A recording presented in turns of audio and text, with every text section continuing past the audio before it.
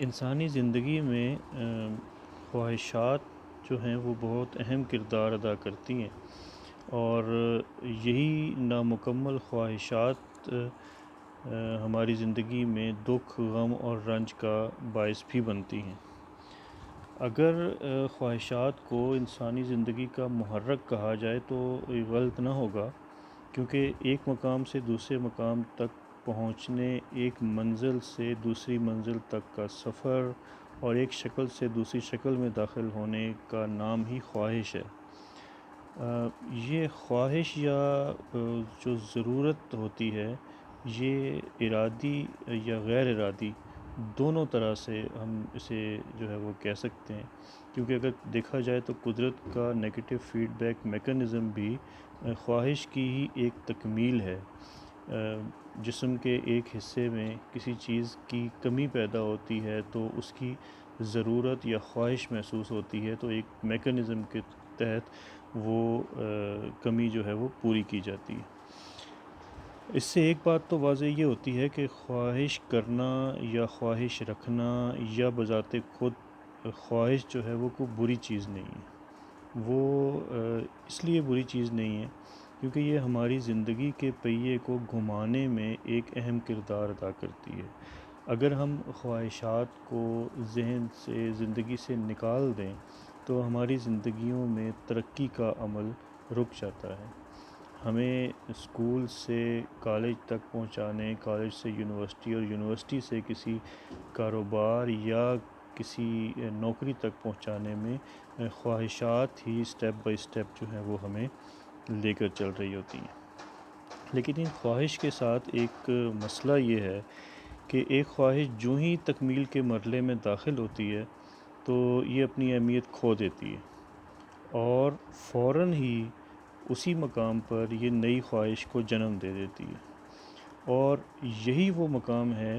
جہاں سے فرسٹریشن کا جنم ہوتا ہے۔ یعنی جب ہم ایک مقام پر پہنچ جاتے ہیں تو اسے ہم فار گرانٹیڈ لے لیتے ہیں، اور فار گرانٹیڈ لینے کی وجہ سے ہم شکر کرنے کی نعمت سے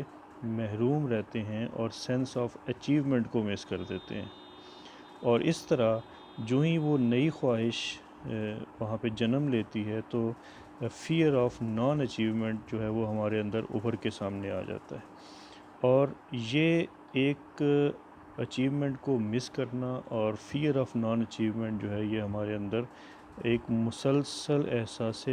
ناکامی جو ہے اس کو پیدا کر دیتا ہے، جو کہ ایک دکھ، غم اور ڈپریشن کا باعث بن جاتا ہے۔ اور یہی وہ تمام خواہشات ہیں جس کے بارے میں اللہ تعالیٰ نے قرآن پاک میں ارشاد فرمایا، الہاکم التکاثر حتی زرتم المقابر، یعنی کثرت کی آرزو نے تم کو آ لیا یہاں تک کہ تم نے قبریں جا دیکھی۔ یعنی جب انسان مسلسل سینس آف نان اچیومنٹ میں رہے گا، اپنے آپ کو کمتر سمجھتا رہے گا، اور جو کچھ اس نے حاصل کر لیا ہے اس کو فار گرانٹیڈ سمجھتا رہے گا، اس کی جو اپریسیشن ہے وہ اپنے آپ کو نہیں دے گا، اس کا شکر بجا نہیں لائے گا، تو اس کے اندر سینس آف اچیومنٹ پیدا نہیں ہوگا۔ وہ ہمیشہ سینس آف نان اچیومنٹ میں اور فیئر آف لاس میں مبتلا رہے گا، جو کہ اس کے اندر ڈپریشن، دکھ اور غم پیدا کر دے گا۔ اب اس سے بچنے کا جو بڑا آسان اور مجرد نسخہ ہے وہ یہ ہے کہ جب بھی آپ کو کوئی کامیابی حاصل ہو، کوئی مقام حاصل ہو، کوئی منزل حاصل ہو، تو وہاں پر ایک لمحے کے لیے رکیے، اپنے آپ کو اپریشیٹ کیجئے اور اپنے اللہ کا شکر ادا کیجئے کہ جس کی مدد کے بغیر یہ کبھی بھی ممکن نہیں ہو سکتا تھا۔ جب آپ اللہ تعالیٰ کا شکر ادا کریں گے تو اللہ تعالیٰ نے فرمایا ہے لَإِن شَكَرْتُمْ لَأَزِيدَنَّكُمْ، تم میرا شکر ادا کرو گے تو میں تمہیں اور زیادہ دوں گا۔ تو اللہ کی رحمت آپ کے اوپر، اور اپنے دروازے اللہ کی رحمت کے کھلیں گے۔ اور دوسری چیز، جب آپ وہاں پہ اپنے آپ کو اپریشیٹ کریں گے تو آپ کے اندر خود اعتمادی پیدا ہوگی، آپ کے اندر سینس آف اچیومنٹ پیدا ہوگی، آپ کے اندر یہ احساس پیدا ہوگا کہ ہاں میرے اندر وہ قوت، وہ طاقت موجود ہے کہ میں محنت جد و جہد کے ساتھ کوئی چیز جو ہے وہ حاصل کر سکتا ہوں۔ اس لیے کسی بھی خواہش کی تکمیل کے بعد اللہ کا شکر ادا کریں اور اپنے آپ کو، اپنے کندھے کو ضرور تھپتھپائیں۔ لیکن جو خواہشات کا ایک لامتناہی سلسلہ ہے، ایک لامتناہی چکر ہے، اس میں پڑھنے کی بجائے کہیں کہیں پر رک کر دیکھیں کہ کہیں آپ اپنے اس وشیس لوپ کے اندر تو داخل نہیں ہو رہے جہاں پہ صرف آپ ایک کوہلو کے بیل کی طرح ساری زندگی چکر کاٹتے رہیں گے اور ان خواہشات کے پیچھے بھاگتے رہیں گے